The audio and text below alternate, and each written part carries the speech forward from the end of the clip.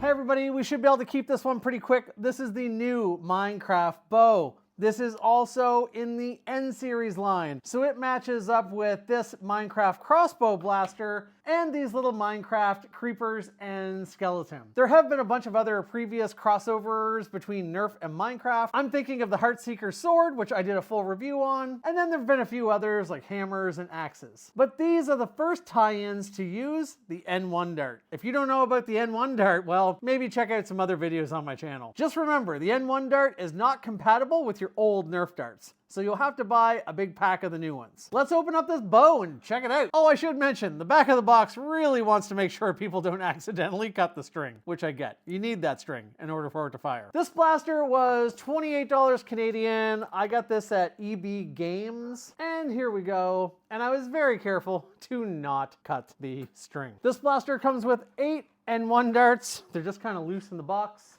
Put that over there. Like I said before, this is the N1 dart. This is a lot thicker and it's shorter than your regular Nerf dart. So if you are buying this for a kid, or you are a kid or an adult or whoever, be aware you need special darts. They're easy to find. They have them at Walmart, Toys R Us. Anywhere you can buy this Nerf stuff, you can buy these darts. So right off the bat, this bow actually looks pretty good. It has lots of different colors on it. It's just different pieces of plastics to make up those colors, but it matches pretty well with the crossbow. Now the crossbow was a 6-shot cylinder blaster. This is a single shot front loading blaster. And you fire this by pulling back. There's a rubbery spot to protect your fingers. You pull back on this, and then you just let go. So you stick the dart in, pull back.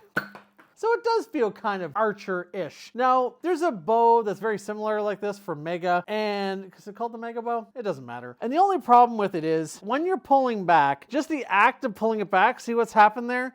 You end up accidentally aiming up, because it takes quite a bit of strength to actually keep this level while you're doing it. Like I can consciously, oh, that didn't work. I can consciously do it. There we go. But it takes some effort. So a kid is probably going to naturally fire these up in the air. Another thing that does happen, a little annoyance, is this string over time, depending on how you hold it, will continually slap off your wrist. I'm not the biggest fan of this type of Nerf bow. There's not really a sound or anything that indicates that I'm at my full draw. And you do need to be at full draw in order to fire it. There's also, and I'm a bit surprised, there is, to my knowledge, no dart storage on the blaster. And with a bow like this, it would be kind of nice if I could tuck a bunch of darts on this. As far as looking like a Minecraft toy, it does. It is very square and blocky, but they did make an exception here on the handle where the Nerf logo is. Color on one side, not in color on the other. They did round these blocks just to make it so that you could hold it. It would be pretty hard to hold if not. It's always a shame with a blaster like this that there wasn't an easier way to hold it more in the center. Because you're holding it low, like I said, you have that tendency, if I'm not paying attention, when I pull it back, I'm just firing this up into the air. And for me to keep it level, it took quite a bit of effort, and I'm gonna be honest, 2 out of the 3 that I've held purposefully level, I wasn't getting the same amount of power from, maybe just because I was holding it weird, and they didn't go very far. That was a good hard shot. I'm gonna try to get some chronograph readings. It's gonna be tricky with this. I feel like this falls into the same category as this, that it's really a functional prop. All blasters are toys, but I feel like these Minecraft tie-ins, at least this one, is more toy than most. It is a functional toy, a toy that happens to fire darts, not a dart blaster that also looks like a toy, if that makes any sense. Honestly, I'd probably rather use this as a blaster in a game than this. Kind of harsh feedback, but I do think it looks cool going with this. I just don't think it's very pleasant to operate. Let's see if I can get a couple chronograph readings. Error. It's gonna be hard to chronograph. Error. Let me find a couple more N1 darts. Turn my chronograph a bit to make it easier. Error. Oh my God, what's happening here? 67! We did get error.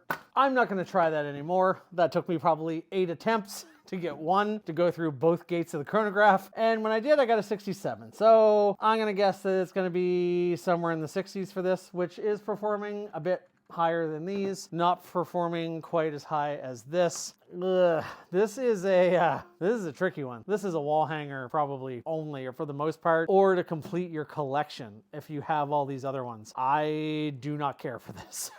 Even I love using goofy blasters in goofy games, but I think I would get so frustrated at not being able to actually consistently fire these darts in the same place that it just wouldn't be enjoyable. At least this, it may not shoot hard, but when I do fire them, they're going, where's the button?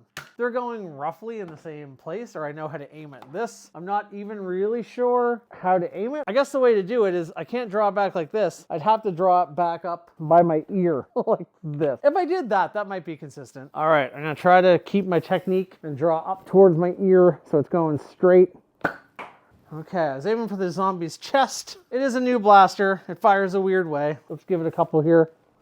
Nearly to the chest, but I gotta say, I'm kind of compensating now where I'm drawing up like this. That went high. Shooting high in this blaster is going to be the theme of the day. That was kind of on track. But again, for me to even get those to fire straight, I was doing this. That's bananas. With this little rubbery piece, if you grab it by the wrong side, the string is still cutting into your finger because this doesn't go all the way around. And it's a lot more comfortable with this rubber nub. It's too bad there wasn't more of that, or this wasn't a softer string. All this string is doing is it's only doing anything on one side. There's a little pulley, and this is pulling a plunger down through a plunger tube. And when you let it go, it's releasing the air up through the plunger tube, probably through some extra tubing, and releasing the dart. It kind of works the same way as a jolt if there wasn't a catch to actually catch the string. It's just you're the catch. When you let it go, that lets the plunger go and pushes air through the plunger tube and then pushes your dart out. Wow. This is a hard style of blaster to get people to like, to be honest. So there you have it.